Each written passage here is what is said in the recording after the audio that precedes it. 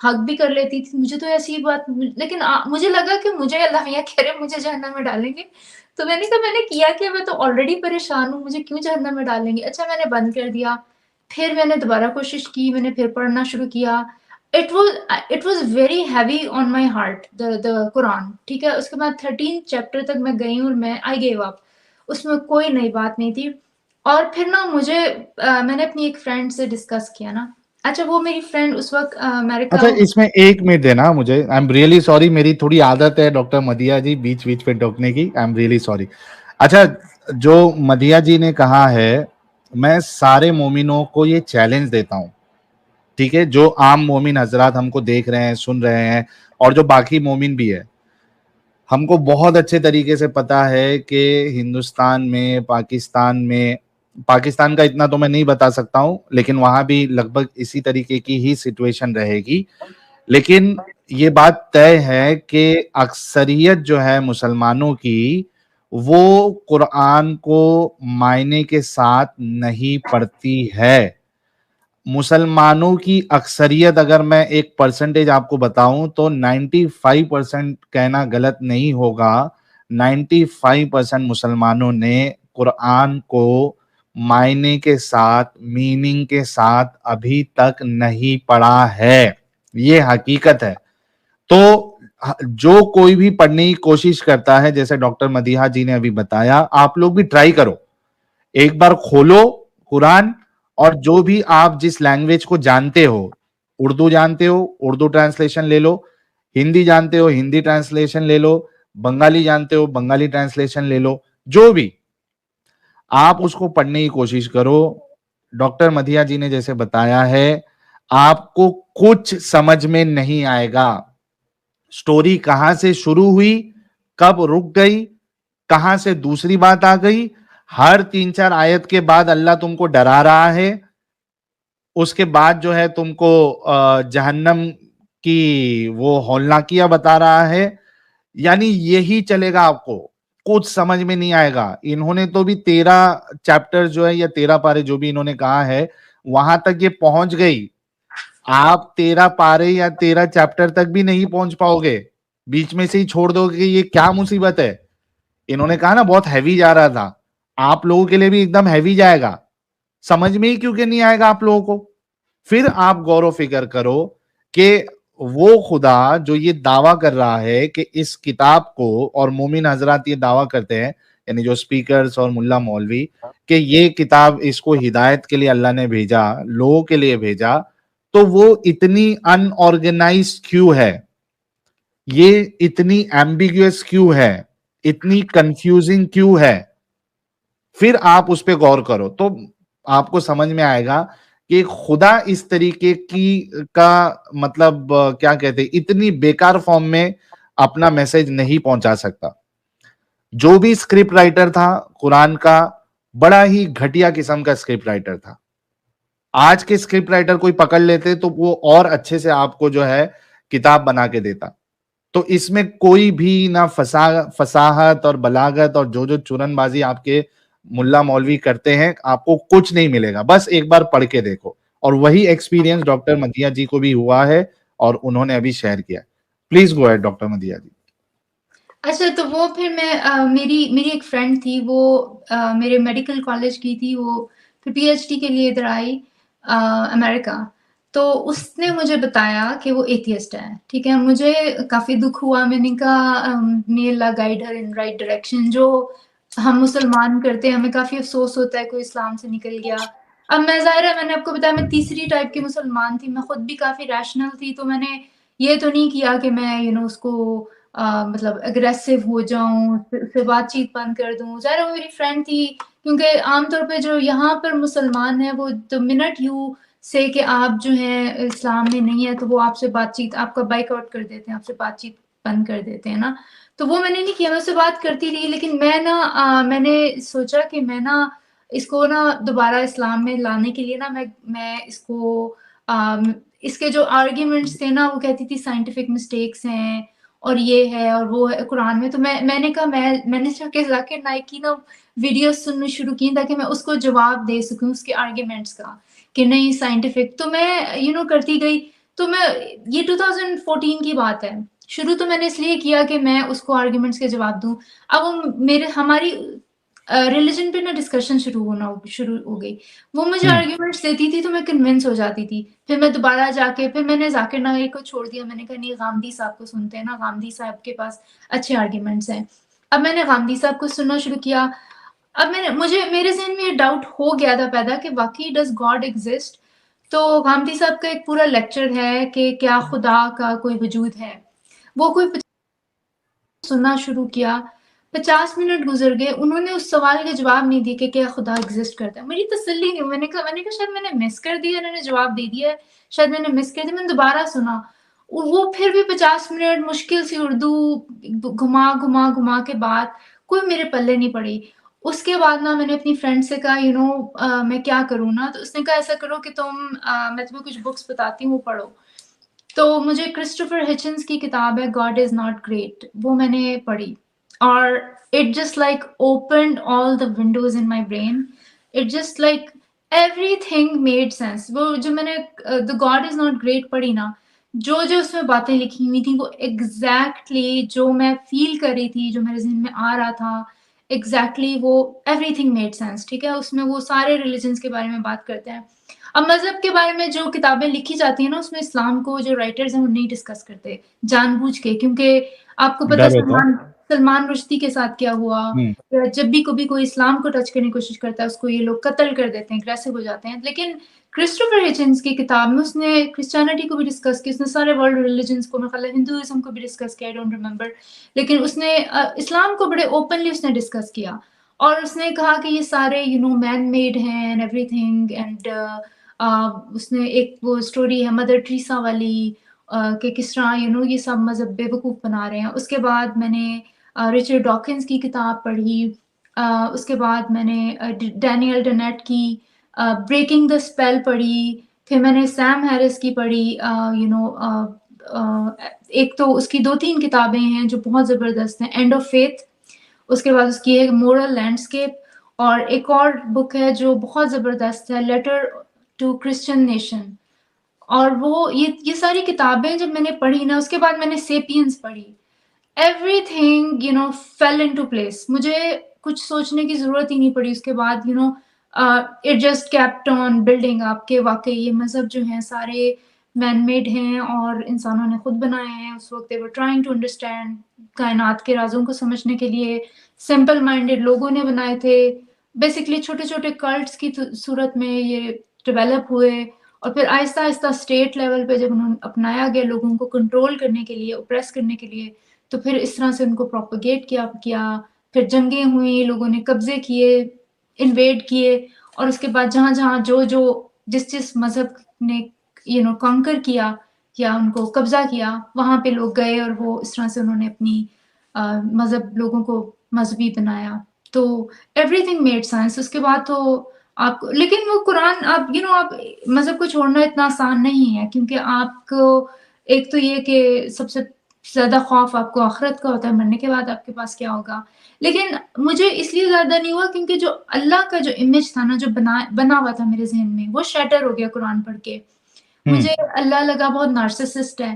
He just wants to be praised. اپنی خود ہی تعریفیں کیے ہی جا رہا ہے. ہر تیسری آیت کے بعد یہ بھی آتا تھا, ایک تو جنت دوزخ کا بتا کے پھر خدا غفور ہے, رحیم ہے, پھر کوئی اور تعریف آ جاتی تھی.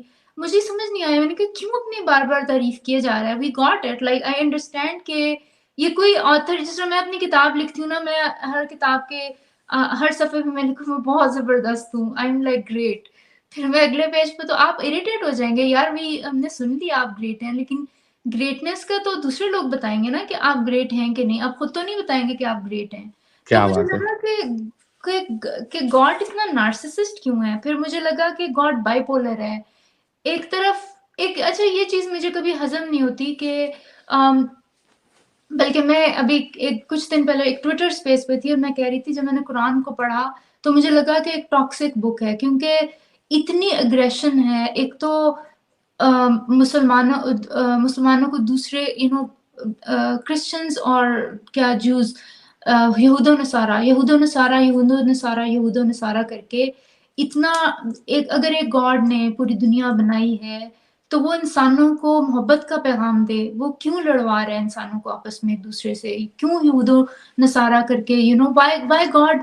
دیکھیں ایک اتنی billions and billions of galaxies ہیں، بلینز اتنی انفینٹ یونیورس ہے، اس میں ایک چھوٹی سی دنیا ہے، اس میں ایک ذرے جتنی ڈاٹ جتنی، اس میں انسان ہے جو کہ لائک ڈاٹ کے اندر آپ ایک انسان ڈالیں وہ اتنا چھوٹا ہے، اس میں گاڈ کے پاس کوئی ٹاپک نہیں ہے سوائے وہ انسانوں کی کیئر کرے کہ وہ اس کو مانتے ہیں کہ نہیں. Like would you care. میں اپنی ایک لائف اسٹریم میں نے بات کی تھی کہ آپ سمجھیں کہ آپ گوگل کے CEO ہیں، جو گوگل پوری دنیا کو جو پھیلی ہوئی ہے، ٹھیک ہے، اس میں آپ پاکستان کے یا انڈیا کے ایک چھوٹے سے گاؤں میں آپ کے گوگل کے آفس کا جو سمجھے کہ کوئی چپڑاسی ہے، آپ کو یہ فکر ہے کہ وہ چپڑاسی مجھے مانتا ہے کہ نہیں CEO کہ میں CEO ہوں کیا.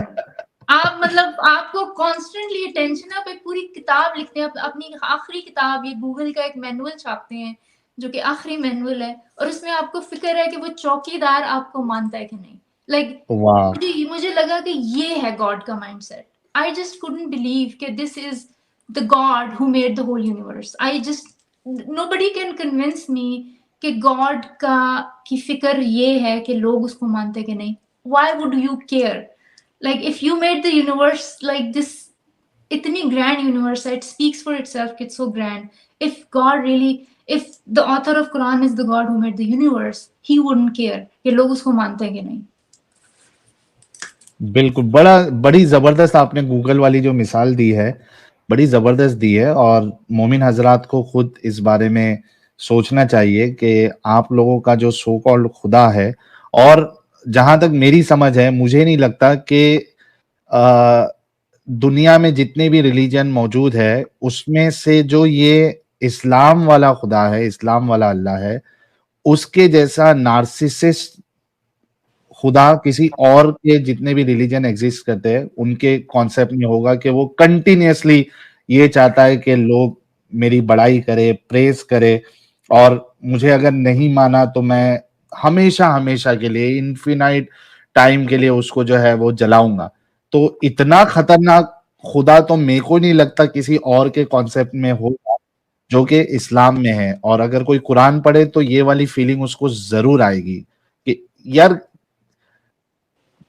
مطلب اس کو کیوں منوانا ہے بھائی، کیوں منوانا ہے، اس کو کیا مل جائے گا اس کو منع. اور مومن حضرات بھی جب آ کے یہ جب ہم سوال کرتے ہیں اس کے جواب میں ایسی جلیبی بناتے ہیں.